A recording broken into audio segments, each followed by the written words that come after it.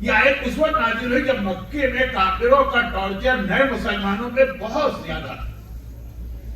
اور وہ جو سارے واقعات آپ سنتے ہیں نہج البلاغہ کے آخر میں خباب ابن ارت کا واقعہ ہے کہ نہیں, وہ صحابی کے جن کی پیٹھ کو لوہے کی سلاخوں سے جلایا جاتا تھا, اس کو آگ میں ڈال کے, جو آپ لوگ باربیکیو وغیرہ کرتے ہیں نا باربیکیو ٹائپ کا, وہ آگ میں ڈال کے بلال حبشی کے گلے میں رسی باندھ کے پھینکا جاتا.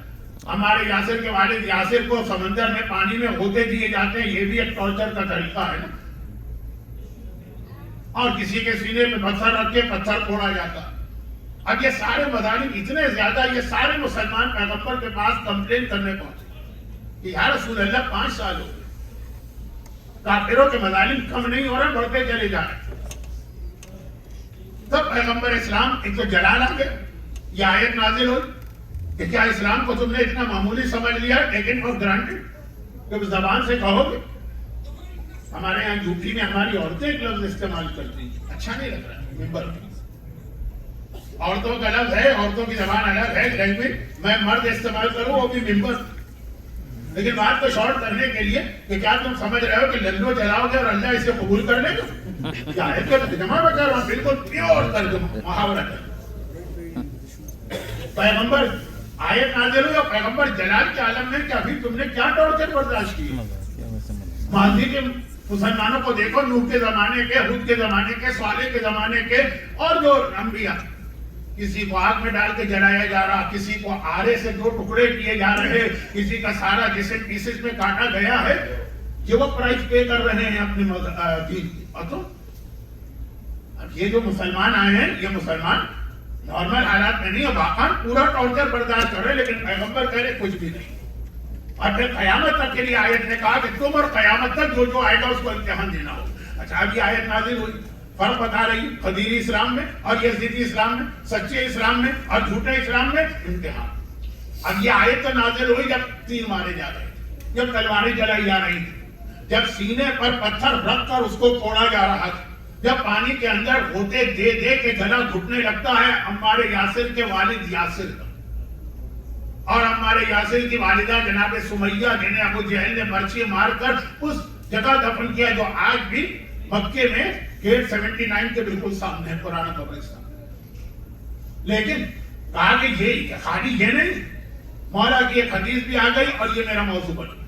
کہا کبھی تیر اور تلوار کے, مولا کی حدیث ہے کہ کبھی تیر اور تلوار کے زخم سے زیادہ سخت زخم ہوتا ہے زبان کا, ایٹیٹیوڈ کا, ٹونٹنگ کا, برا بھلا کہنے کا. یہ بھی کبھی مومن کا امتحان ہوگا, اور خاص طور پر یہ والا امتحان اس وقت ہوتا ہے کہ جب ڈومیسٹک لائف میں جو آپ کا سلیکشن آف اسپاؤس ہو وہ غلط ہو جائے. شوہر بہت اچھا ہے, بیوی بہت بری, بیوی بہت اچھی ہے, شوہر. اسلام نے اور قرآن نے ہمیں شوہر اور بیوی کے حوالے سے 4 کیٹیگریز بتائی. شوہر بھی اچھا, بیوی بھی اچھی. وہ چاہے رسول خدا جناب خدیجہ کو دیکھ لیں, چاہے مولا کائنات و سیدہ طاہرہ کو دیکھ لیں, چاہے آقا حسین و جناب رباب کو دیکھ لیں, دونوں کبھی دونوں برے. تبت یدا ابی لہب وامرأتہ حمالۃ الحطب, ابو لہب کا ہاتھ ٹوٹے اور اس کی بیوی حمالۃ الحطب, وہ جو ام جمیل لکڑیاں چلنے والی. شوہر بھی اتنا برا کہ قرآن کا سورہ نازل ہوا تبت یدا, بیوی بھی اتنی بری, حمالۃ الحطب قرآن نے کہا. ترجمہ کرنے کی ضرورت نہیں ہے, یا کہیے کہ وقت نہیں, دونوں برے. اور کبھی ایسا ہوتا ہے کہ شوہر بہت برا, بیوی بہت اچھی, جو ہماری بہت سی بچیوں کو امتحان دینا پڑتا. اس کے لیے قرآن نے کہا ضرب اللہ مثلا للذین آمنوا امرأۃ فرعون. آسیہ کو دیکھ, کائنات کی بہترین عورت. بہترین میں نے کن معنوں میں کہا؟ رسول خدا نے اس دنیا میں 21 شادیاں کی, 9 بیویاں ساتھ رہی تھی, کچھ نے طلاق لے لی تھی, کچھ نے پیغمبر کے گھر آنے سے پہلے ہی کہا تھا کہ ہمیں آپ کے گھر نہیں آنا ہے, کچھ نے اور, کچھ نے اور. بہت انٹرسٹنگ ٹاپک ہے وہ عورتوں کا جو پیغمبر سے نکاح کے بعد پیغمبر کے ساتھ رہنے کو تیار ہوئی.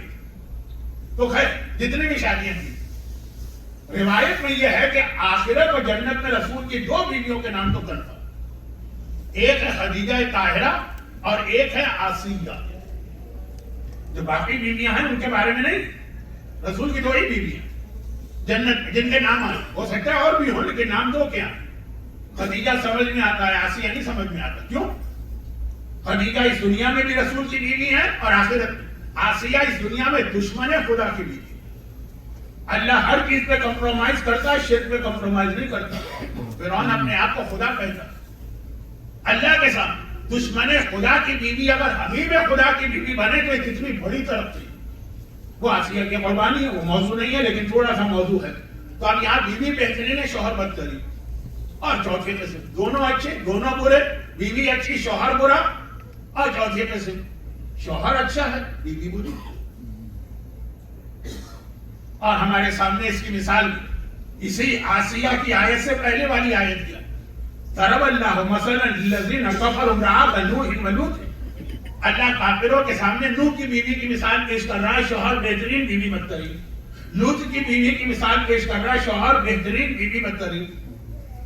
خود رسول خدا کے گھر کے اندر کچھ کیسز ہیں، میں کچھ کھل کے نہیں کہنا چاہتا. آگے بڑھیے، آقا حسن مجتبیٰ بہترین بیوی اگر ان میں فرما ملی تو بدترین بیوی جودہ ابن اشعث ابن قیس قرظی بھی تو ملی جس نے زہر دے کے شہید کیا. اور آگے بڑھیے، نویں امام اگر بہترین بیوی ملی تو 10ویں امام کی والدہ تھی تو وہ ام الفضل بھی ملی جس نے بعد میں 9ویں امام کو زہر دے کے شہید کیا. وہ امام کی بیوی تھی. لیکن دماغ میں اتنا ایروگینس تھا اس کے.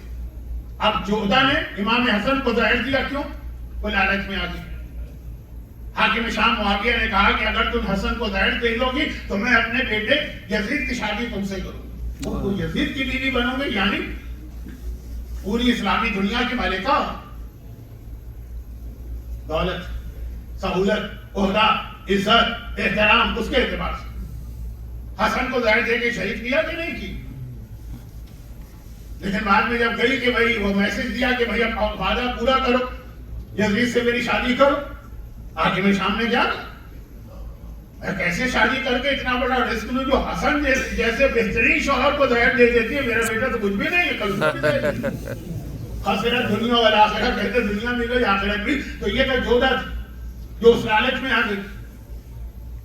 اور ام الفضل وہ تھی جو مامون کی بیٹی تھی. کسی وجہ سے یہ بات کہہ رہا ہوں، یہ ساری جو باتیں مامون کی بیٹی. مامون کون ہے؟ خلافت اسلامیہ کا حکمران. خاص طور پر اپنے بھائی امین کو قتل کرانے کے بعد تو پوری اسلامی دنیا کو وہی ایک حکمران. پہلے تو باپ ہارون نے آدھی حکومت کر دی تھی، آدھا ایک بیٹا لے جائے امین، آدھا دوسرا لے. امین کو دیا تھا جو اصل حصہ تھا بغداد. مامون کو دیا تھا وہ جو مشہد کے آگے ترکستان مر وغیرہ شہر ہیں جو آج کل رشین اسٹیٹ. بھائی اپنے بھائی کو قتل کرا کے پورا حکمران بن گیا پوری دنیا. اس کی بیٹی اور شادی کس سے ہو گئی؟ 9ویں امام سے. تو اب یہ تو وہ ہے کہ جو محل کے عیش و آرام دیکھ چکی، اور خالی محل کے عیش و آرام نہیں دیکھیں، وہ ساری خرابیاں بھی دیکھی ہیں. مامون کے باپ کے گھر سے آ رہی ہے نا، جہاں گانا ہوتا ہے، ڈانس ہوتا ہے، میوزک ہوتی ہے، شراب ہوتی ہے، واجبات کا مذاق پڑھایا جاتا ہے. جبکہ مامون ظاہری اعتبار سے یہ سب نہیں کرتا، لیکن محل کا ماحول یہ تھا. دلیل کیا؟ وہ جب اس نے شادی کی اپنی بیٹی کی تو معلوم ہے کیا کیا جو آج بہت سے مومن کرتے ہیں. مامون نے باقاعدہ سنگر کا ایک پورا گروپ بنایا اور اپنے بیٹی کی شادی ہے لیکن امام سے ہے، کا گانا ہوگا، ڈانس ہوگا. تو کس طرح 9ویں امام نے اس مخیرق وہ جو سنگر تھا بہت بڑا، کس طرح سے امام نے اس کو دیکھ کے کہا دشمن خدا، اور فوراً اس پر عذاب آیا. تو اب یہ ہے کہ ام الفضل یہ کون سی چوتھی کیٹیگری؟ شوہر اچھا ہے بیوی بری، بیوی اچھی ہے شوہر برا ہے، آسیہ. اچھا اب اسلام جو 3 دن کا میرا موضوع جو اسلام ہمیں کہہ رہا ہے کہ تمہیں اپنے گھر کا ماحول اور بچوں کی تربیت صحیح کرنا، اس کے اندر خاص طور پہ کہہ رہا ہے کہ یہ اسٹارٹ جو کرنا نا، یہ بیچ سے نہیں کرنا. یہ اسٹارٹ جو ہوگی نا تربیت اولاد اس وقت سے ہوگی جب تم اپنے لیے اسپاؤس کا انتخاب کر رہے ہو، چاہے لڑکے کے لیے لڑکی ڈھونڈ رہے ہو یا لڑکی کے لیے لڑکا. اچھا میں تو ذرا پاکستانی ماحول کی بات کر گیا جو ارینج میرج ہوتی. اب آج کل کا تو ماحول ایسا ہے کہ لڑکیاں بھی اپنا رشتہ خود ہی ڈھونڈ لیتی ہیں، لڑکا بھی جو رہی صحیح کثرت تھی وہ فیس بک، واٹس ایپ، مختلف چیٹ گروپ، یہ سارے چکر پڑ جاتے ہیں. والدین کا بوجھ بھی کم ہو جاتا ہے. لیکن یہ چیزیں وہ ہیں، یہ سوشل میڈیا جس سے کسی کو دھوکہ دینا اور بے وقوف بنانا بہت آسان ہوتا ہے. ابھی حال ہی میں حال کا مطلب یہ 3 دن پہلے کی بات. سوشل میڈیا نہیں, سوشل میڈیا کا وہ حصہ ٹک ٹاک, جو شاید یہاں پہ اتنا نہیں ہے, پاکستان میں تو پاگل ہو رہی ہے لڑکی, جو کس کے 3-4 ملین فالوور تھے اس عورت کے, بغیر فلٹر کے اس کی تصویر آ گئی تو بچوں کو ڈرانے کے لیے استعمال ہو, جو ویسے اتنی اچھی نظر آ رہی ہے. سارے فلٹر لگے ہیں, فوٹو شاپ ہے, کیا ہے, یہ میرا تو یہ موضوع نہیں, لیکن یہ ساری چیزیں ہیں نا, تو یہ جو سوشل میڈیا سے جو یہ پرابلم آ رہا ہے. لیکن بات یہ ہو رہی ہے کہ بیوی کا انتخاب. اب یہاں پہ ہمارے پاس روایتوں میں روایتیں, اور اگر لڑکی والوں کے پاس چوائس ہو, کوئی پاکستان میں تو مسئلہ ہے کہ لڑکی والے کہتے ہیں ہمارے پاس چوائس ہی, پاکستان میں تو بیٹیاں ایک بڑا مسئلہ, چوتھے امام کی حدیث ہے 4 چیزیں ایسی کہ ذرا سی بھی آدمی میں اگر غیرت ہے نا تو یہ بہت بڑا بوجھ ہے اس کے اوپر. ہو سکتا ہے کہ 4 چیزیں آج کی یہاں کی ویسٹرن لائف کا ایک پارٹ بن گئی. اور پہلی چیز بتائی بنتن ولو کان مریم, اگر کسی کے گھر میں بیٹی ہے شادی کے قابل اور اس کی شادی کرنا ہے, چاہے وہ مریم جیسی صاحب فضیلت کیوں نہ ہو, والدین کے لیے بہت بڑی ذمہ داری. یہ انڈیا پاکستان کی بات کر رہا ہوں, یہاں پہ شاید اتنا مسئلہ مختلف انداز کا, اور جو خود سے انتخاب ہو رہا ہے اس کا نتیجہ یہ ہوتا ہے کہ بعض اوقات تو مومن ریلیجن بھی مختلف ہے, خالی فرقہ نہیں. اور بچیاں بہت زیادہ سینسیٹیو موضوعات ہیں, اس کو پھیلانا نہیں چاہتا ہوں. تو اسلام نے کہا کہ تربیت اولاد کا اثر آغاز تو وہاں سے. ہاں یہ اپنی جگہ ہے بات کہ اٹس نیور ٹو لیٹ. اگر وہاں دھوکہ کھا گئے تو پھر جب بچہ پیدا ہو, وہاں دھوکہ کھا گئے جب وہ بڑا ہو جائے, دھوکہ کھا گئے سے مطلب اس وقت توجہ نہیں, کسی مرحلے پر بھی یہ لیٹ نہیں. حتیٰ اگر وہ 50 سال کا بھی ہو گیا, ہیومن نیچر ایسی ہے کہ 50 اور 60 سال کا بڈھا بھی ایک جملے میں چینج ہو سکتا, اس لیے وہ اپنی کوشش تو جاری رکھنا, لیکن آسانی ہے کہ جو صحیح وقت ہے. انگریزی کا ایک محاورہ ہے, آپ کو پتا, انگریزی تو مجھے آتی نہیں, جب کبھی میرا دل چاہتا ہے کہ پبلک کو ہنساؤں تو تھوڑی انگریزی بولتا ہوں تاکہ اس کو سن کے لوگوں کو ذرا سا وہ جوک ووک لگے اور وہاں سے. لیکن محاورہ ہے نا کہ اگر ٹائم پر آپ ایک اسٹچ لگا لیں تو وہ بعد کے 9 اسٹچ سے آپ کو بچا لے گا. تو اب یہ جو چیز ہے تو وہ یہ ہے کہ یہاں سے اسٹارٹ کرنا. اور آج یزیدی اسلام کا سب سے اہم پہلو یہ کہ میں سنی سنائی بات نہیں کر رہا ہوں, خود پارٹ ہوں اس تمام اپنا ایکسپیرینس جو میرے پاس ہے. نیوزی لینڈ کا ایک شہر آکلینڈ, وہاں سے دنیا شروع ہوتی ہے. یہ میں نے اس لیے کہا کہ نیو ایئر کا جب فائر ورک میڈیا پہ دکھایا جاتا ہے سب سے پہلے آکلینڈ کا فائر ورک ہوتا ہے کہ یہاں سے نیا سال شروع ہوا. اس کے بعد پھر وہ کیمرہ آگے بڑھتا ہے, وہ میڈیا جو ہے وہ پھر سڈنی میں آتا ہے آسٹریلیا کے, اور اس کے بعد پھر وہ ساؤتھ ایشیا میں جاتا ہے, پھر وہ آتا ہے مڈل ایسٹ میں, پھر آتا ہے انگلینڈ میں, آخر میں آپ کے پاس آتا ہے. آکلینڈ سے لے کے آسٹریلیا تک, آکلینڈ نیوزی لینڈ سے لے کے آسٹریلیا تک, آسٹریلیا سے لے کے انڈیا تک, انڈیا سے لے کے پاکستان تک, پاکستان سے لے کے مڈل ایسٹ تک, مڈل ایسٹ سے لے کے یورپ میں جرمنی فرانس تک, جرمنی فرانس سے لے کے یو کے تک, یو کے سے لے کے نارتھ امریکہ. جو سب سے بڑا اس وقت مسئلہ ہے شوہر اور بیوی کے جھگڑے, خالی جھگڑے نہیں, جھگڑے تو پہلے بھی ہوتے, طلاق ہے. ایک کھیل بنا لیا ہے ڈیورس کو یا ڈائیورس کو طلاق. ذرا سی بات, آپ ہی کے علاقے میں ذرا نام نہیں لینا چاہتا, مجھے اچھا نہیں لگتا, ایام ازا کے اختتام پر میں مجلس سے پڑھ رہا تھا, تو 8 ربیع الاول کا جو خمسہ ہوتا, اب ہوتا یہ ہے کہ مومنین کرام 2 مہینے 8 دن تک تو کوئی شادیاں نہیں ہوئی, یا غدیر و مباہلہ میں ہوتی ہیں محرم سے پہلے, یا پھر لوگ تیاری کرتے ہیں کہ جب ایام ازا ختم ہو جائیں گے 17 ربیع الاول ہے, پھر تاریخیں. تو ہمیں بھی کبھی دعوت مل جاتی ہے کہ مولانا آپ 8 ربیع الاول کو تو یہاں ہیں, 4 دن 5 دن اور رہیں گے, شادی ہے شریک ہو جائیے. لیکن کثرت سے شادیاں ہوتی ہیں. تو اب میں 2-3 سال کی بات کر رہا ہوں, معلوم ہو کہ سال میں 200 نکاح ہوئے, اور اگلے سال گیا تو 200 میں سے 160 طلاقیں ہو چکی. ابھی تو 2 مہینے بھی نہیں ہوئے, ابھی تو 4 مہینے بھی نہیں ہوئے, اور ابھی سے طلاق ہو گئی.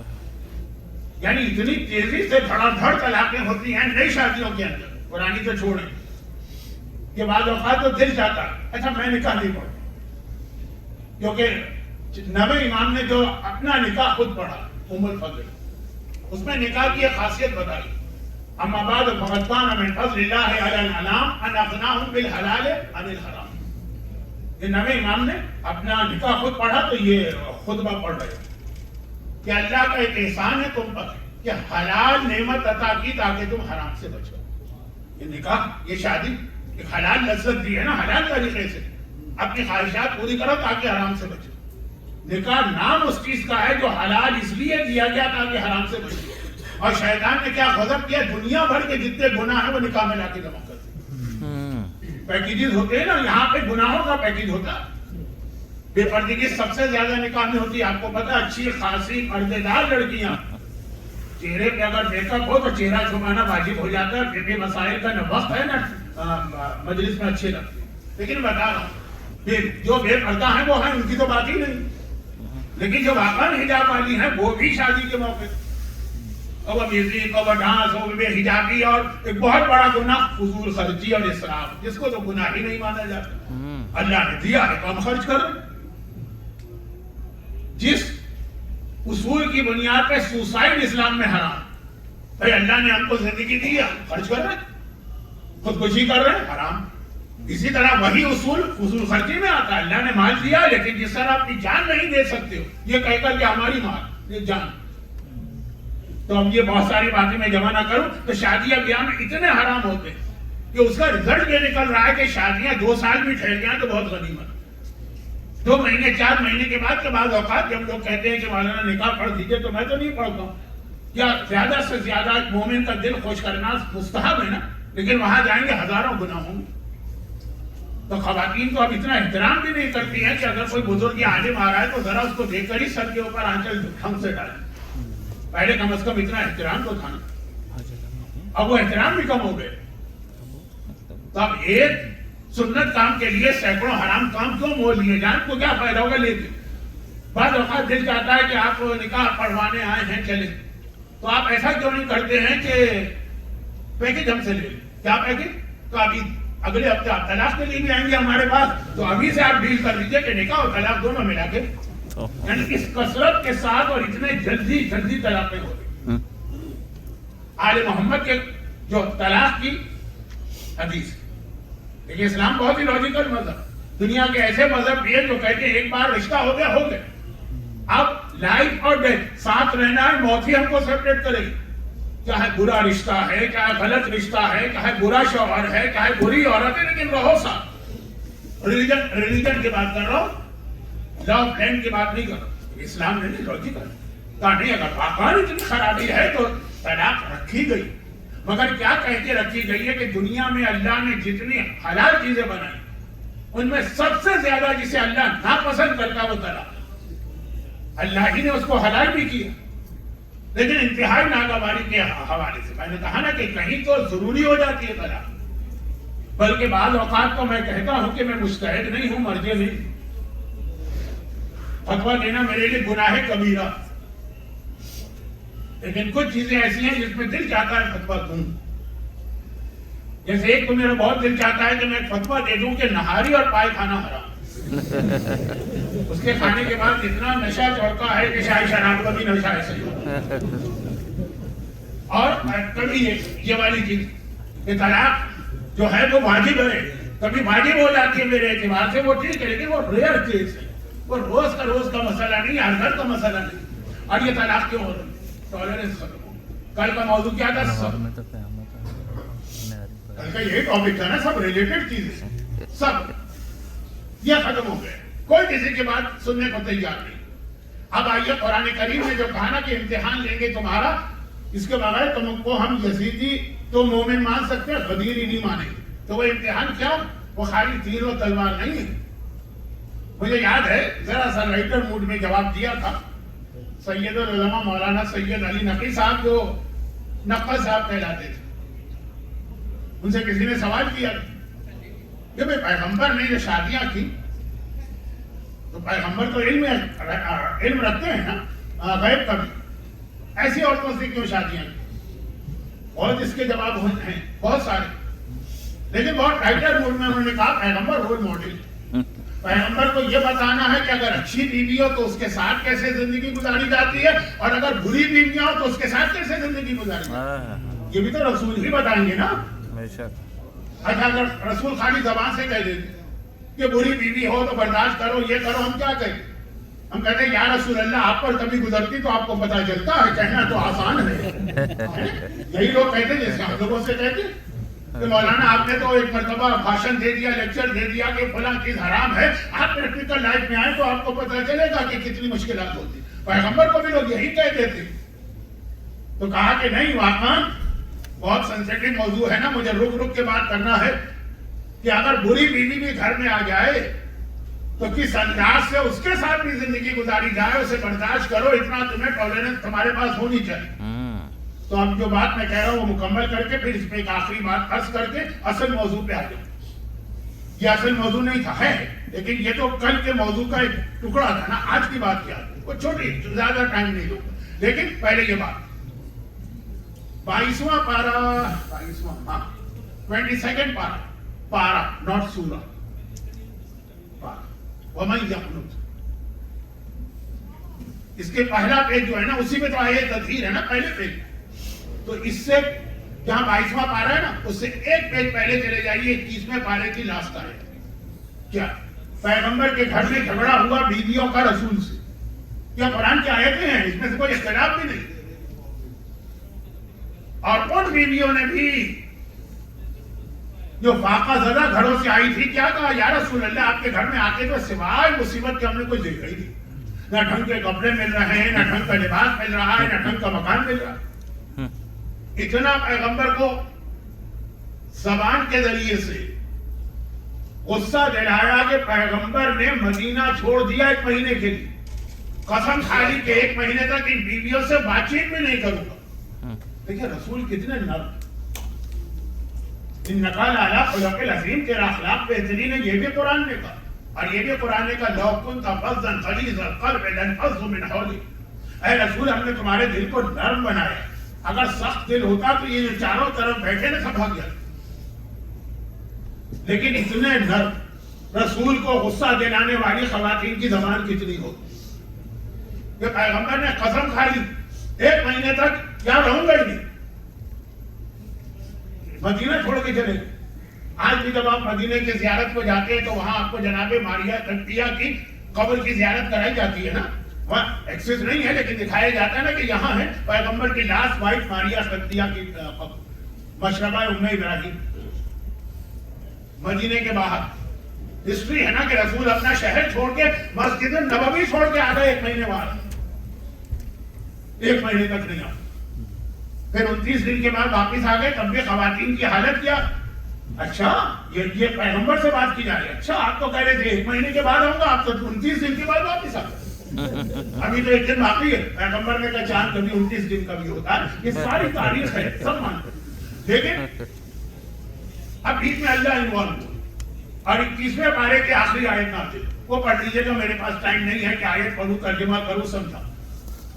لیکن پیغمبر کے گھر کا یہ ڈومیسٹک پرابلم اتنا بڑا بن گیا کہ قرآن کی باقاعدہ آیتیں آئیں. وہ قرآن جو قیامت تک رہنے والی کتاب، وہ اس لیے کہ ہمارے سامنے پیغمبر رول ماڈل برداشت.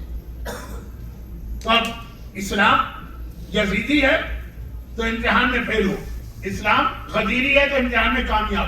مگر ضروری نہیں ہے کہ وہ امتحان جسے قرآن کہہ رہا ہے وہ صرف تیر اور تلوار اور کوڑے اور زخم اور قتل اور شہادتیں. یہ بھی امتحان کہ بیوی کو بدترین شوہر مل گئے، زبان کا بھی برا، باقی حق بھی ادا نہیں کرتا اور وہ برداشت کرے. اسے حق ہے الگ ہونے کا، لیکن مسئلہ یہی کہ حق الگ چیز ہے. اپنے حق کو استعمال نہ کرو کیونکہ تمہیں قیامت میں اجر و ثواب ملے گا. اور اگر شوہر کو بری بیوی مل جائے تو جتنا ہو سکے ٹالریٹ کرو. اب ایک حدیث ہے جس میں میں پورا اشرا پڑھتا ہوں، ٹائم اتنا کم رہ گیا ہے کہ اشرا چھوڑیے، آج کی مجلس بھی نہیں پڑھ سکتا ہوں، خالی حدیث کا لفظ سنا کے آگے بڑھ سکتا. لاسٹ نائٹ کی مجلس، آخر مجلس میں کہاں گیا تھا؟ سورہ دہر میں اہل بیت کی کا تذکرہ قرآن کر رہا ہے کہ وہ اتنا زیادہ قیامت اور خدا سے ڈرتے.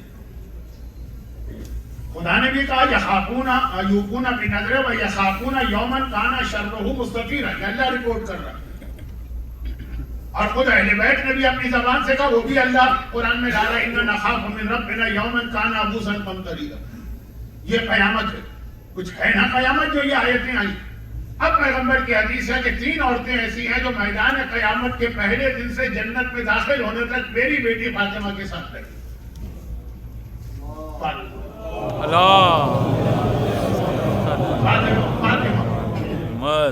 شاہے میں ابن شر ان کے ساتھ رہی. اور یہاں پہ مجھے ایک چیز جو مجھے شروع میں کہنا تھی لیکن بس ذہن سے نکل گئی ایبسولوٹلی. عباس باب الحوائج ہیں، علی اصغر باب الحوائج. میں نے کہا تھا میں دونوں کو کنیکٹ کرنا چاہ رہا ہوں. تو خالی باب الحوائج کا ٹائٹل نہیں تھا، اصل میں یہ بات مجھے کہنا تھی تو اب میں کہہ رہا ہوں. یہ شروع میں کہنا تھی لیکن ابھی بھی جو کہہ رہا ہوں بالکل ٹھیک جگہ کہہ رہا ہوں. قیامت کا دن یعنی کل عام آدمی چھوڑیے، بہت ہی پڑھے لکھے ایک صاحب نے دنیا میں کہیں پہ میری مجلس کا آخری حصہ سن لیا. یہ جو 2 آیتیں میں نے پڑھی اور کچھ مولانا بہت ڈرا دیا آپ نے. تو واقعا ایسی مجلس ہے کہ لوگ تو بیٹھیں گے اور صاحب علم ہیں، امامہ پہنتے ہیں. 2 منٹ خالی آخری انہوں نے سنے. تو اب میں آج کی مجلس کے شروع میں اس کا حل بتانے جا رہا ہوں. عباس اور اصغر کو کس طرح میں نے کمبائن کیا ہے باب الحوائج سے نا. نہیں ایک اور فاطمہ جب میدان قیامت میں گناہگاروں کی بخشش کے لیے آئیں گی تو سامان بخشش 2 چیزیں لائیں گی. یا عباس کا کٹا ہوا، عباس کے کٹے ہوئے بازو، اور یا کر علی اصغر کا خون بھرا. جہاں عباس و اصغر یہ 2 میدان قیامت کے ذریعہ بنیں گے ہماری شفاعت کا تھرو فاتح. اب یہ پورا ایک الگ موضوع تھا، نہ اس کا ٹائم ہے نہ شاید ٹاپک میں ضرورت ہے. تو آخری یہ بات اس حوالے سے، اور وہ یہ ہے کہ شہزادی کا 3 عورتیں میری بیٹی کے ساتھ رہیں گی قیامت کے پہلے دن سے جنت جانے میں. امرأۃ صبرت علی سوء خلق زوجها، جس میں ایک عورت وہ ہے جو اپنے شوہر کی بد اخلاقی پر، اس کے روڈ ہونے پر، اس کے برے ایٹیٹیوڈ پر صبر کرے. مولا کی ایک مناجات آپ پڑھتے ہیں نا مسجد کوفہ میں جب زیارت پہ جاتے ہیں، اس میں سورہ معارج کی ایک آیت ہے. میں آیت بھی نہیں پڑھ رہا ہوں لیکن مجھے ٹائم کا اتنا خیال ہے. ایک آیت کہ قیامت کے دن مجرم کیا کہے، لو یفتدی، کاش میں قربان کر دوں، فدیہ دے دوں، من عذاب یومئذ، آج کے عذاب سے بچنے کے لیے. کس کو؟ بے بنی ہے، اپنی اولاد کو. اور چلی گئی آج کے عذاب سے بچنے. بے بنی ہے، وہ صاحبت ہی، وہ اخی ہے، اور اپنی لائف پارٹنر کو، اور اپنے بھائی کو. وہ فصیلت ہی الذی تؤوی ہے، اور اپنے پورے خاندان کو. وہ من فی الارض جمیعا، بلکہ پوری دنیا کو میں قربان کر رہا ہوں تاکہ آج عذاب سے بچ جاؤں. قرآن نے کہا ثم ننجی ہے، مجھے نجات مل جائے. کلا، ایبسولوٹلی ناٹ. چاہے قیامت میں اولاد قربان کرو یا بھائی قربان کرو یا خاندان قربان کرو یا ساری دولت قربان کرو، وہاں چھوٹ نہیں ملے. وہاں چھوٹ ملنا ہے دنیا میں. پوری دولت دینے کو تیار رہی ہے لیکن وہاں نجات نہیں مل رہی ہے. دولت مت دو، خالی شوہر اور بیوی کے بس زبانی بس سلوکی میں صبر. اب بیوی ہے تو شوہر، لیکن ویسے دونوں یہ سوچے کہ ہم علی اور فاطمہ کے ماننے والے ہیں، ہمیں تو ان کو فالو کرنا. لیکن اب یہاں پہ ایک مسئلہ اور ہے. اب وہ مسئلہ یہ ہے کہ جیسے میں نے کہا انڈیا پاکستان کا تو پرابلم ہے، بلکہ یہاں کا شریف گھرانے، مذہبی گھرانے، جو ایسے ہی عام سے گھرانے ان کا نہیں ہے، لیکن یہ شریف متقی پڑے تھے. اور وہ یہ ہوتا ہے کہ مولانا ہم نے اپنی بیٹی کی بہت اچھی تربیت کی، دیندار، میچ نہیں ملی. لڑکا بڑا دیندار جیسا مولانا، لیکن میچ نہیں مل رہی ایسے لڑکے. اب یہ جو ایک مسئلہ ہے اسلام اس کو مانتا، لیکن ایک جملہ ہے کہ بعض پرابلم تمہارے اپنے پیدا کرتا ہے. وہ اللہ نے نہیں کہا، تم نے خود ہی کریٹ کیا پرابلم، اور اس کے بعد جب اس میں پھنس گئے تو کمپلین کر رہے. مثلا چھوٹی سی بات، کزن میرج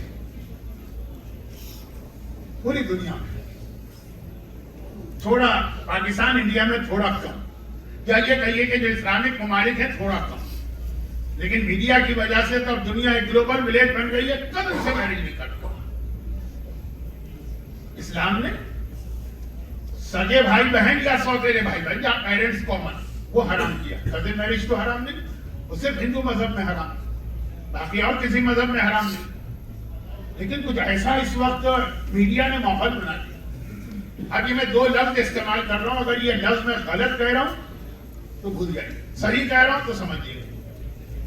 کبھی ایسا ہوتا ہے نا کہ میڈیا کے ذریعے سے ایک چیز کیا کہتے ہیں, ٹوبو یا ٹابو ٹیبو. دیکھیے ہم 3-4 پروناؤنسیشن آ رہے ہیں, بیچارہ چاہتا میں کس سے سیکھ کے جاؤں, کوئی ٹیبو, کوئی ٹابو, کوئی کچھ کہہ رہا ہے. جو بھی ہو, یہ آپ کا مجھے کریکٹ کرنا بتا رہا ہے کہ آپ سمجھ گئے, بس یہی مقصد تھا. غلط پڑھو لیکن پبلک سمجھ جائے نا. تو اب یہ بن گیا کزن میرج, جس میں آ گئے سگے بھائی بہن کی شادی سے زیادہ خطرناک اس کو مانا جاتا ہے, کیونکہ سگے بھائی بہن کا تو کوئی آفر کرتا ہی نہیں. یا یہ کہ میڈیا سے ہائپ, اچھا اس میں بھی میں غلط بولا تو اصلاح کر دیجیے گا, ہائپ, ایک ہائپ کریٹ کرتے. اچھا خود آپ کے اسی امریکہ میں US 50 اسٹیٹ میں سے 18 میں پرمیشن اور 24 میں انلیگل اور 8 میں کرائم ہے, کرمنل.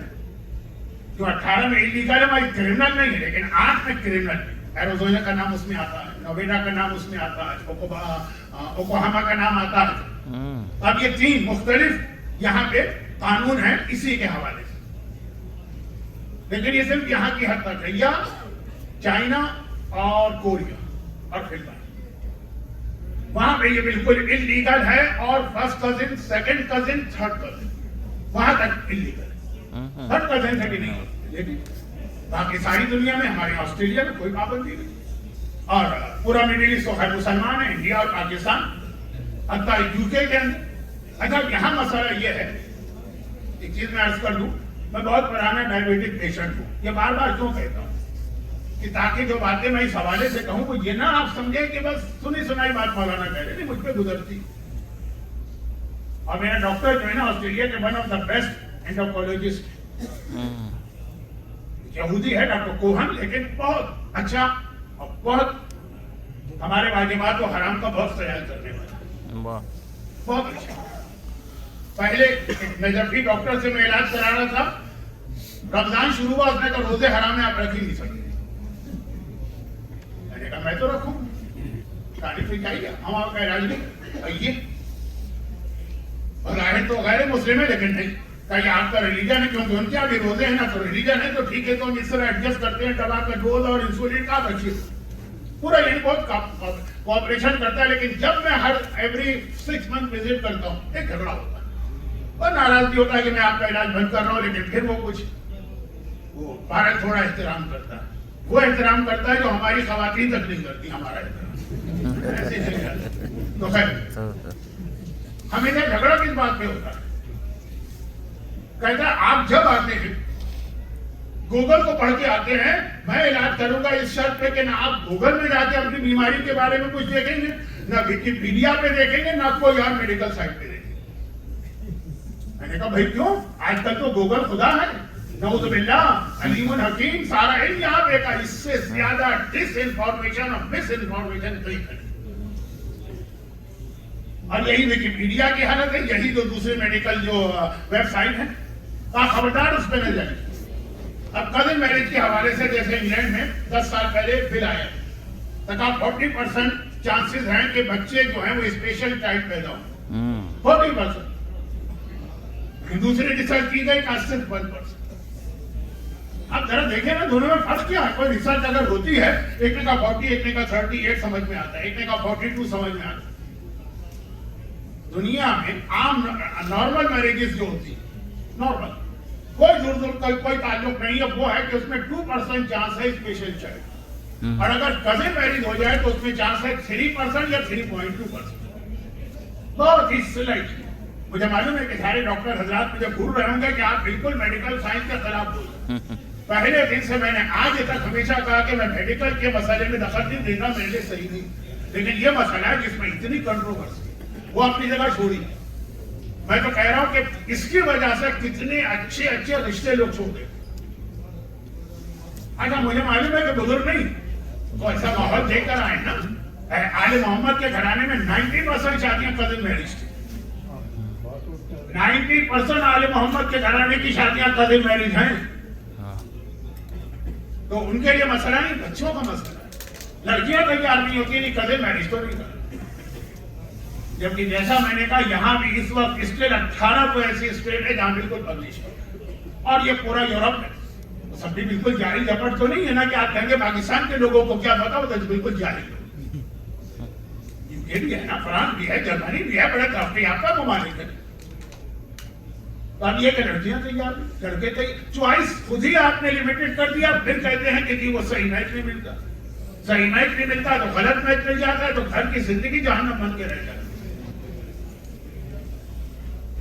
لیکن اب جو اصل بات مجھے کہنا تھی اس کا وقت نکل گیا. انشاءاللہ منڈے اور اس میں کوئی بات عرض کروں گا کہ اس کے حوالے سے.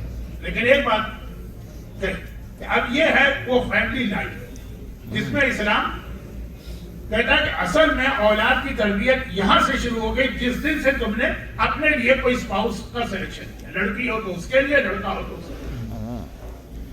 لیکن اب اس کے بعد جو ہے اہم ترین مسئلہ آتا ہے گھر کے حوالے سے، اور وہ کیا؟ بہت جلدی، یہ پورا آدھے گھنٹے کا میرا لیکچر آج ہونا تھا، جو اب میں شروع کر رہا ہوں شاید 5 منٹ 5 کے ساتھ بھی ہو جائیں گے، لیکن زیادہ نہیں. وہ بہت قرآن کریم. اب یہ گھر فیملی بن گئی، فیملی کو ٹوٹنے سے بچائیے. آج اسلام کی سب سے بڑی خدمت ہے فیملی کو ٹوٹنے سے بچائیے، اور یہ ہے سورہ عنکبوت میں آج مومن کا امتحان. آج یہاں پہ آپ بیٹھے، یہاں کوئی تیر نہیں ہے، کوئی تلوار نہیں ہے، یہاں کوئی آپ کا جسم ٹکڑے ٹکڑے نہیں کر رہا، فریڈم کا ماحول ہے، اپنے مذہب کی پریکٹس کر سکتے ہیں. یہاں آپ کا امتحان ہے شوہر اور بیوی تھوڑا اپنے آپ کو چینج کر کے ایک دوسرے سے ایڈجسٹ کریں. بہت ہی ایکسٹریم کیس میں اجازت دے گا اسلام، لیکن ہر کیس کو تھوڑی ایکسٹریم کیس. یہ تو ایسا ہی ہے کہ جیسے میں ڈائبیٹک پیشنٹ ہوں تو بار بار میرا ڈاکٹر مجھ سے کہتا ہے کہ اگر آپ نے احتیاط نہیں کی تو ایک اسٹیج آئے گا کہ آپ کا پیر کاٹا جائے گا. یہ پہلے سے بتاتے کہ یہ ہو سکتا ہے، یا یہ کہ وہ جو ڈائبیٹک آپ کی شوگر بہت ہائی ہے تو کبھی ایک دم سے جو ہے آپ کی آنکھ جو ہے نا وہ ریٹینا پھٹ جائے گا، ریٹینا پھٹتی اور آپ اندھے ہو جائیں. لیکن میں کہہ دوں اچھا وہ 10 سال بعد وہ پیر کٹے گا تو ابھی سے کاٹ لو،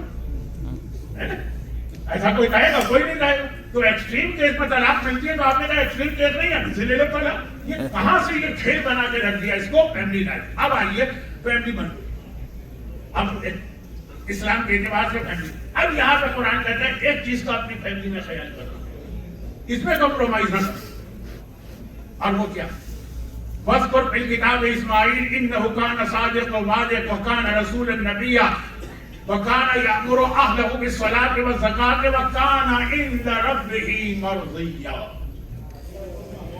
مرضی، یہ عربی کا لفظ ہے مرضی. اس کا مطلب کیا ہے؟ جس سے اللہ راضی ہے. ایک ہوتا ہے راضی، ہم اللہ سے راضی، اور ایک ہے مرضی، اللہ ہم سے راضی. پورے قرآن کریم میں یہ ٹائٹل کہ اللہ کس سے راضی ہے صرف 2 شخصیتوں کے لیے آیا. ایک آقا حسین، یا ایتھا النفس المطمئنہ ارجعی الی ربک راضیۃ مرضیہ. اور ایک حضرت اسماعیل کے لیے آیا، فاذکر فی الکتاب اسماعیل، کتاب میں اسماعیل کا ذکر کرو، کان عند ربہ مرضیہ، وہ اپنے رب کے پاس مرضی تھے. جو حسین کا ٹائٹل ہے وہ اسماعیل کو دیا قرآن. اب یہ اسماعیل ابراہیم کے بیٹے ہیں کہ کوئی اور ہے وہ بحث چھوڑ دیں، لیکن کیوں دیا یہ ٹائٹل؟ کیا قرآن کریم نے خالی ٹائٹل دیا کہ اس کا ریزن بتایا؟ ریزن کیا بتایا؟ وَكَانَ يَأْمُرُ أَهْلَهُ بِالصَّلَاةِ، وہ اپنے گھر والوں کو نماز کی تاکید کرتے رہتے. جس گھر میں نماز ہوگی وہ گھر مرضیہ. قرآن اتنا بڑا ٹائٹل دے رہا ہے جو آقا حسین کا ٹائٹل. نماز پہ کبھی کمپرومائز نہ کیجیے گا اپنے گھر کے اندر. الحمدللہ ویسٹ میں ایک چیز تو ہے کہ جہاں مجلسیں ہوتی، اللہ خانوں میں مثلاً تو وہاں نماز کا انتظام بھی ساتھ میں ہوتا، لیکن خالی مجلس نہیں، پورا سال. خود سورہ طٰہٰ کی آیت نازل ہوئی ہے بالکل شروع زمانے میں پیغمبر کے. وہاں کیا؟ وَأْمِرْ أَهْلَكَ بِالصَّلَاةِ وَاسْتَبِرْ عَلَيْهَا. اے حبیب اپنے گھر والوں کو بھی نماز کا حکم دو اور خود بھی نماز کی پابندی کرو. گھر والے اس وقت تھے کون؟ تو خدیجہ طاہرہ اور مولا علی. شہزادی بھی پیدا نہیں ہوئی جب کی آئے، لیکن کہا تم بھی نماز کے پابند بنو اور اپنے گھر والوں کو بھی نماز کا حکم دو. حضرت ابراہیم اللہ نے بڑے رتبے دیے. کربلا کا واقعہ ابراہیم کے قربانیوں کا اختتام. وَفَدَيْنَاهُ بِذِبْحٍ عَظِيمٍ سب کو معلوم یہ کربلا. تو بس یہ آگے آخری منزل یہاں سے ربط مصائب آ رہا. ابراہیم اللہ نے بہت دیا, بہت امتحان بھی لیے, ہر امتحان میں کامیاب ہوئے, ایک بڑا عہدہ میں اس میں کامیاب ہوئے, اس سے بڑا عہدہ میں اس سے کامیاب ہے, بڑا عہدہ میں. اچھا عہدے ملتے جا رہے ہیں, رتبہ بڑھتا جا رہا ہے, لیکن ابراہیم نے اپنے اولاد کے لیے کبھی کچھ نہیں مانگا. اولاد کے لیے مانگا تو صرف دو چیزیں مانگی. ذرا اندازہ کریں جب دو چیزیں ہیں تو ان کا اسٹیٹس اگر بظاہر ایک جیسا نظر آ, ایک کیا انی جاعلک للناس اماما قال ومن ذریتی. جب خدا نے کہا میں نے تمہیں امام بنایا, امامت اتنا بڑا عہدہ ہے کہ ابراہیم تڑپ گئے, خدا بندہ یہ خالی مجھے نہ ملے, میری اولاد دی. ایک امامت مانگی اور ایک رب اجعلنی مقیم الصلاۃ ومن ذریتی, خدا بندہ مجھے نمازی بنا, میری اولاد کو بھی نمازی بنا. یا اولاد کے لیے امامت مانگی ہے یا اولاد کے لیے نماز مانگی. سبحان اللہ. کوئی اہمیت ہے اس نماز. ہاں یہ وہی جو میرا اصل موضوع چل رہا. ایک ہوتی ہے قدیری نماز جو تیروں کی بارش میں پڑھی جاتی ہے کربلا میں, ایک ہوتی ہے یزیدی نماز کہ شور مچاتے ہیں حسین کو جلدی شہید کرو, ہمارا وقت فضیلت جا رہا. اب یہ دونوں نمازوں کا فرق بھی تفصیل سے کبھی آئے گا, لیکن آج نہیں, آج تو میں منزل پہ آ گیا. ابراہیم اسماعیل کے بدلے میں اللہ نے کیا کہا کہ اب یہ جو قربانی اسماعیل کی ہے یہ مکمل ہوگی کربلا. وہ ابراہیم یا امامت مانگتے ہیں اولاد کے لیے یا نماز مانگتے ہیں اولاد, اور کچھ نہیں. اور اللہ نے کیا کچھ نہیں دیا, لیکن وہ ملتا گیا, لیتے گئے. یہ دو چیزیں. لیکن ہمارے لیے تو یہ جملہ کافی کہ جو ابراہیم کا بھی آقا ہے وہ حسین ہے. اس نے بھی اگر کچھ مانگا ہے میدان کربلا میں تو نماز مانگی. آج کی رات کیوں آئی؟ آج کی رات کیوں آئی؟ آج کی رات اس لیے آئی کہ حسین نے نماز کے لیے یہ رات مانگی. مشہور واقعات ہیں تو میں شروع میں اشارہ بھی کر چکا ہوں کہ عمر سعد نے تو 9 محرم کو جنگ شروع کر دی. اس کے اعتبار سے تو کربلا کا جہاد مغرب تک مکمل ہو جاتا. یہ رات آتی ہی نہیں, یہ رات شام غریبہ بن جائے. مگر حسین نے کیا کہا, جیسے ہی پہلا تیر چلا, عباس جاؤ اور ہمارے ساتھ سے جا کے ایک رات کی مہلت لے کے آ جاؤ. الفاظ تو آقا کے یہی تھے, لیکن ہمیں پتا ہے کہ آقا نے اصل میں تو ان ظالموں کو ایک رات کی مہلت دی, لیکن بہرحال کیونکہ الفاظ یہ تھے ایک رات کی مہلت لے کے آ. دیکھیے اگر خالی اتنا کہتے,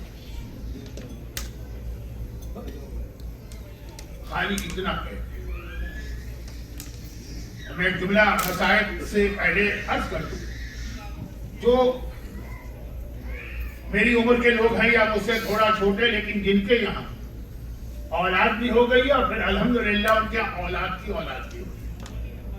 دادا سے, دادی سے, نانا سے, نانی سے پوچھے, اولاد سے بھی زیادہ محبت ہو جاتی ہے اولاد کی اولاد. آج اصغر مارا گیا ہے اور فاطمہ زہرا اصغر کی دادی ہے.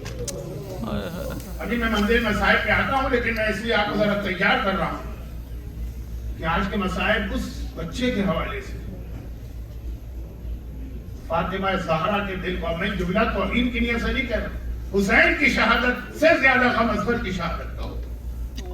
لیکن خیر وہ تو محاورتاً میں نے کہا جائے, حسین نے اگر صرف اتنا کہا ہوتا, جاؤ عباس ایک رات کی مہلت مانگ لو, تب بھی بہت بڑی بات تھی. لیکن پھر ہمیں پتہ نہیں چلتا یہ رات جو آج آپ کو ملے, یہاں کا مجھے نہیں معلوم, لیکن پاکستان اور انڈیا, خاص طور پہ پاکستان, آج رات کو کوئی مومن مومنہ سوتا نہیں. آج ساری رات جاگتے ہیں, کیونکہ کربلا والے بھی آج ساری رات جاگتے ہیں. مجھے کراچی کی عزاداری یاد آ رہی آج کی رات, پوری رات لوگ جاگتے ہیں. تو یہ رات جو حسین نے مانگی تھی مٹلی, تو ریزن بھی ساتھ میں بتایا کہ یہ رات میں اس لیے مانگ رہا ہوں کہ میں نے زندگی میں کوئی رات ایسی نہیں گزاری جو نماز اور ذکر خدا کی بات. میں چاہتا ہوں دنیا سے جانے سے پہلے ایک رات اور اپنے ساتھ لے کے جاؤں جو پوری رات عبادت خدا اور نماز سے بھری۔ حسین نے جس مقصد سے رات مانگی ہو لیکن ظاہری وجہ بتائی کہ مجھے اور نمازیں پڑھنا اور ذکر خدا کرنا۔ یہ تو رات ہی وہ ہے جو میں نے ابھی تھوڑا نماز کا ذکر چھیڑ دیا۔ شروع میں اتنی زیادہ باتیں تھوڑا میں ٹریک سے ہٹ جاتا ہوں، یہ میں خود مانتا ہوں، تو کچھ باتیں نماز کے لیے رہ گئی ہیں، منڈے ٹیوزڈے 2 دن تو ہیں، لیکن یہ جملہ کافی کہ آقا ایک رات آپ نے مانگی اور وہ بھی نماز کے، اور حسین ہی نماز چھوڑ دیا۔ اور روایت یہ کہ جب یہ رات مل گئی تو حسین نے اپنے خیموں کا پورا سیکوینس چینج کر دیا، جس طرح خیمے لگے تھے نا مغرب تک چینج کر دیا۔ اصحاب امام سے کہا کہ ہم اپنے خیمے اپنی اپنی جگہ سے اکھاڑ کے سیلانیوں کے خیموں کے چاروں طرف لگا، سیلانیوں کا پردہ، سیلانیوں کا حجاب وہ محفوظ ہو جائے چاروں طرف، 3 طرف، چوتھی طرف تو وہ خندق کھودی جس میں آگ بھری تھی تاکہ بیت سے اٹیک نہ ہو۔ اور اب یہ تمام کتابوں کو چھو رہا کہ آج کی پوری رات اگر کوئی اصحاب امام کے خیموں کے قریب سے گزرتا، سیلانیوں کے خیمے تو ان کے بیچ میں تھے نا، تو باہر سے گزرتا، پوری رات اصحاب امام کے خیموں سے یا نماز پڑھنے کی آواز آتی تھی، یا دعاؤں کی آواز آتی تھی، یا ذکر خدا کی آواز آتی تھی، کہ نہل ایسا لگتا تھا جیسے وہ ہنی بی کا جو چھتا ہوتا ہے نا وہ مرمری ہوتی، پوری رات ذکر خدا نماز، یہ کرنا۔ لیکن یہ کہہ کے لی گئی ہے کہ آج ہم کو نمازیں پڑھنا۔ میں وہ پھر صبح عاشورہ اذان علی اکبر اور فجر کی نماز کی بات اب نہیں کر رہا، بات بہت ہے۔ تو اپنے گھر میں کبھی اس پہ کمپرومائز نہ ہونے دیں۔ اور اگلا جملہ میں پھر منڈے کو کہوں گا، اس پہ کمپرومائز نہ ہونے دیں۔ اور ذرا سوچئے کہ آج وہ رات آ گئی جو اہل بیت کے گھرانے میں، فاطمہ کے گھرانے کی آخری آباد رات کل بھی آئی، کل آنے والا کل ٹمارو، کل بھی رات آئی، لیکن آج خیمے لگے ہیں، کل خیمے چلے، آج خیموں میں فرش بچھے ہیں، کل یہ سیلانیاں ریت پر بیٹھی، سارے بستر سارا سامان لوٹ لیا گیا۔ آج بیویوں کے سہاگ سلامت ہیں، کل سب کے سہاگ گزر چکے ہیں۔ آج بہن کا بھائی زندہ ہے، کل یہ بہن بے بھائی کی ہو چکی ہے۔ آج بیٹی کے سر پہ ہاتھ رکھنے والا باپ ہے، کل یہ بچی یتیمی کے تماچے کھا، یہ عجیب رات، آخری رات اہل بیت کے گھرانے۔ کیونکہ ابھی تھوڑی دیر کے بعد مجلس شروع ہونے والی ہے، تو شب عاشور کے مصائب اس میں سن لیجیے۔ اب میں ذرا وقت بچا رہا ہوں، 2 مصائب پڑھنا تھے، شب عاشور کے اور شہزادہ علی اصغر کے شب عاشور کے مصائب۔ اب جو بعد میں 12 بجے جو ٹائم ہے تھوڑا لیٹ ہو جائے گا، میں بھی ذرا لیٹ ہو گیا، تو شب عاشور کے مصائب میں صرف 1-2 چیزیں۔ ادھر مغرب کا وقت آیا، اصحاب امام حسین کے بڑے خیمے میں جمع ہوئے اور وہاں آ کے پہلے تو نماز مغربین جماعت کے ساتھ پڑھی، اس کے بعد حسین نے بٹھا دیا۔ وہ جو کچھ کہا وہ آپ کے علم میں، میں اپنی بیعت اٹھا رہا ہوں، جس کا دل چاہے۔ اصغر بیٹا چراغ کھل کر دو، ایسا نہ ہو کہ چراغ کی روشنی میں یہ میرے سامنے سے جاتے ہوئے ذرا شرمندگی محسوس کرے، بس چراغ کھل کر اندھیرے میں چلے۔ اکبر نے چراغ کھل کر دیا، تھوڑی دیر کے بعد چراغ دوبارہ روشن۔ اب جب چراغ کھل ہوا تو کچھ پتہ نہیں چل رہا اندھیرے میں ہو کیا رہا، بس یہ کچھ آوازیں آ رہی ہیں، موومنٹ۔ اور جب چراغ روشن ہوا دیکھا گیا تو کوئی بھی نہیں، لیکن حالت سب کی بدل گئی۔ نوجوان ہیں تو ایک مرتبہ تلوار ہاتھ میں لے کے کھڑے ہو گئے، بوڑھے ہیں تو اپنے امامے اتار کے کمر پہ باندھے تاکہ کمر سیدھی نہ کرے، بچے ہیں تو پنجوں سے بل کھڑے ہو کے بتا رہے ہیں کہ آقا ہم بھی مجاہد، پورا لشکر منظر یہ رکھتا۔ حسین نے کہا میں تم سب کے لیے دعا کرتا ہوں، اپنے خیمے اکھاڑ کے بیویوں کے خیموں کے تینوں طرف لگا۔ ابھی میں نے باقی مسائل یہاں پہ ابھی چھوڑ دی، اور حسین نے کہا تم بھی عبادت کرو، میں بھی عبادت کر رہا ہوں۔ اپنے خیمے میں حسین کی عبادت شروع ہوئی، آدھی رات کے قریب مڈ نائٹ ہونے والی۔ حسین نے ایک مرتبہ مردوں کا امتحان تو دے لیا تھا چراغ کھول کر، کہا کہ کربلا کی بیویوں کو بھی دیکھیں کہ وہ جہاد کے لیے تیار ہیں کہ نہیں۔ آہستہ سے اپنے خیمے سے نکلی اور اس کے بعد وہ چاروں طرف بیویوں کے خیمے ہیں نا، وہ ایک ایک خیمے کا حسین باہر سے، اندر نہیں جاتے، باہر سے جائزہ لیتے ہیں، دیکھتے ہیں خیمے میں کیا ہے۔ تو یہی دیکھا کہ ہر بیوی کل کے لیے اپنی قربانی تیار کر، ام فروہ ہیں تو قاسم کو گود میں لٹایا ہوا ہے، قاسم بیٹا کل تجھے یہ جہاد کرنا۔ لیلا ہے تو ایک بار علی اکبر کا سر اپنی گود میں رکھا ہے اور شمع یا موم بتی کی روشنی میں اکبر کے چہرے کو دیکھتی جا رہی ہے۔ لال ماں آخری مرتبہ تیری زیارت کر۔ زینب ہے تو اون کو بھی سامنے بٹھایا ہے، محمد کو بھی سامنے بٹھایا۔ کبھی ان کے دادا جعفر طیار کا جہاد بتاتی ہیں، کبھی ان کے نانا حیدر کرار کا جہاد بتاتی ہیں۔ غرض یہ کہ ہر خیمے کا ایک عجیب ماحول ہے، ہر بیوی خوش ہے، کل کے جہاد کے لیے اپنی قربانی کو تیار کر رہی ہے۔ مگر ایک خیمہ ایسا ہے کہ حسین ابھی اس کے قریب پہنچے تھے کہ وہاں سے رونے کی آواز۔ باقی ہر طرف ہر خیمے میں بیویاں خوش ہیں، کل ہمیں قربانی دے، ایک خیمے سے رونے کی آواز۔ ارے کس کا خیمہ؟ حسین نے پہچان لیا یہ تو رباب کا خیمہ ہے۔ تو باقی تمام خیمے حسین نے باہر سے دیکھے، رباب کے خیمے سے رونے کی آواز۔ پردہ ہٹا کے رباب کے خیمے میں داخل ہوئے، کیا دیکھا؟ شہزادی رباب اکبر اصغر کے گہوارے پہ سر رکھے ہوئے رو رہی۔ حسین نے کہا رباب خیریت تو ہے، رو کیوں رہی؟ اصغر ٹھیک تو ہے نا؟ کہا آقا جب آج اس سے پہلے میں اپنے آپ کو کائنات کی خوش قسمت ترین عورت سمجھ رہی ہوں، آپ سے میری شادی ہوئی ہے، جوانان جنت کا سردار میرا شوہر ہے، علی مرتضیٰ میرے خسر ہیں، ارے میں فاطمہ زہرا کی بہو بنی ہوں، اس سے بڑھ کے میرے لیے سعادت کیا ہے؟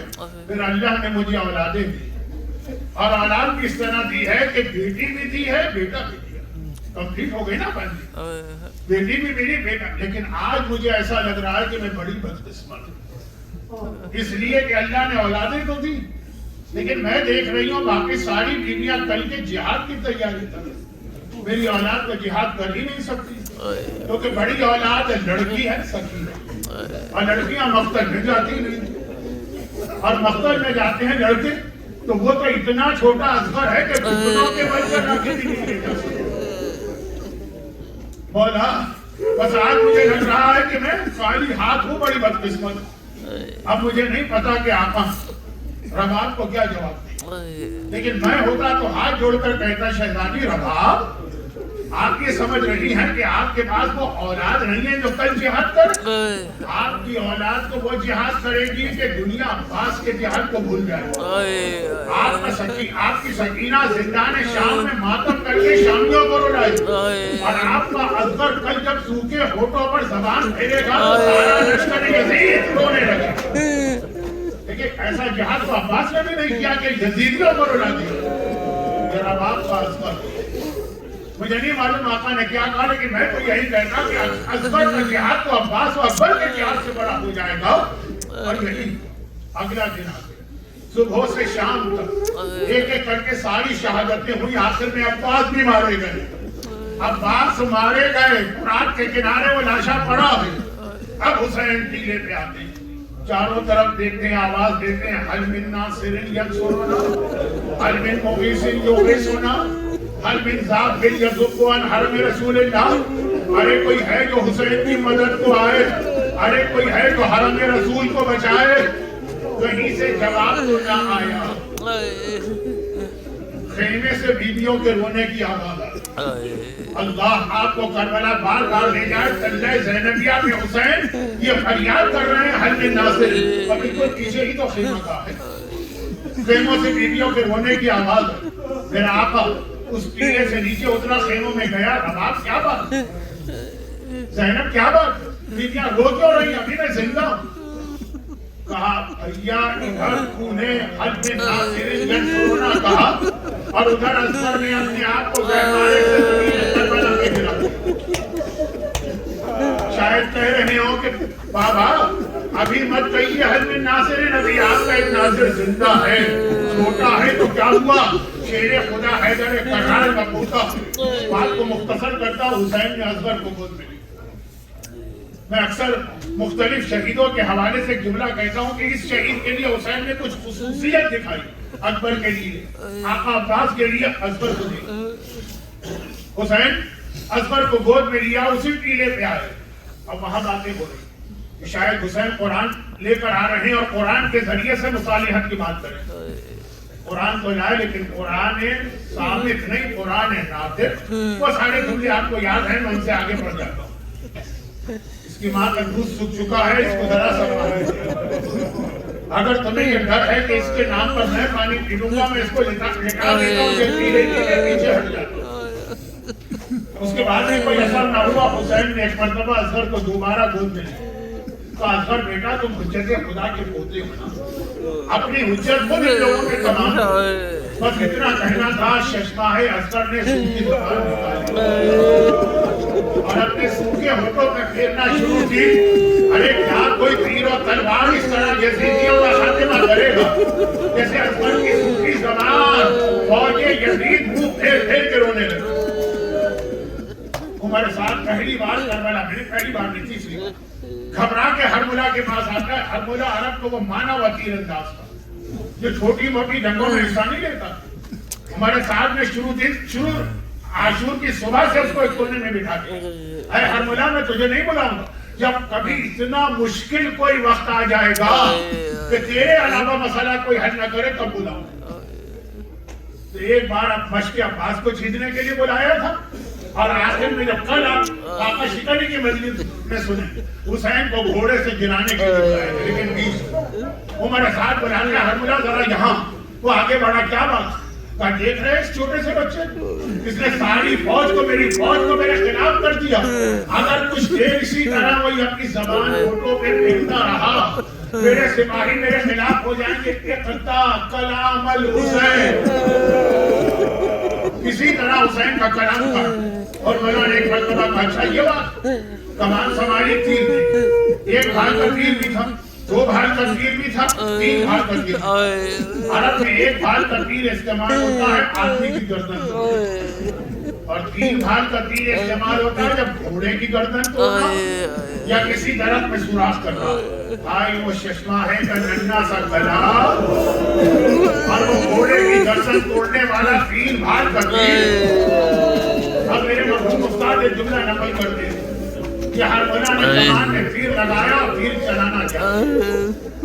مجھ سے تو مسائل اس لیے پڑھے بھی نہیں جاتے کہ مجھے خوف ہوتا ہے کہ شہزادی فاطمہ جملے سن کے خش کھا کے نہ گر پڑے۔ ادھر تیر چلانا چاہا، ہرملہ کے ہاتھ کانپے، تیر و کمان زمین پہ گرے۔ 3 بار کوشش کی، اس کا قریبی دوست سنان آیا، کہنے لگا، اے ہرملہ اگر کوئی مجھ سے پوچھے کہ عرب کا سب سے بہادر کون ہے، میں تیرا نام دوں گا، ایک بچے سے بچے سے ڈر گیا۔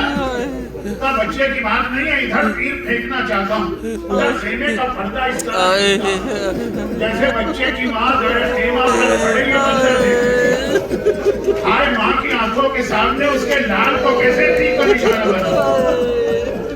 سنان نے ہرملہ کی آنکھوں پہ ہاتھ رکھا، کہا ادھر مت دیکھ، تیر چلا تیر چلا تیر چلا تیر چلا۔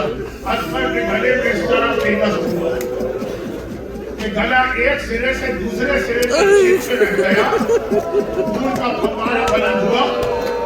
یہاں پہ حسین کا ایک بہت بڑا امتحان یا فضیلت ہے، وہ کل بتاؤں گا آقا کی شہادت کی مجلس میں۔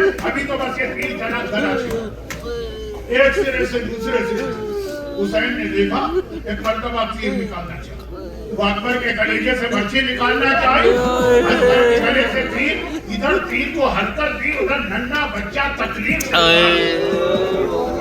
حسین نے دوبارہ کوشش کی، اکبر تڑپ اٹھا۔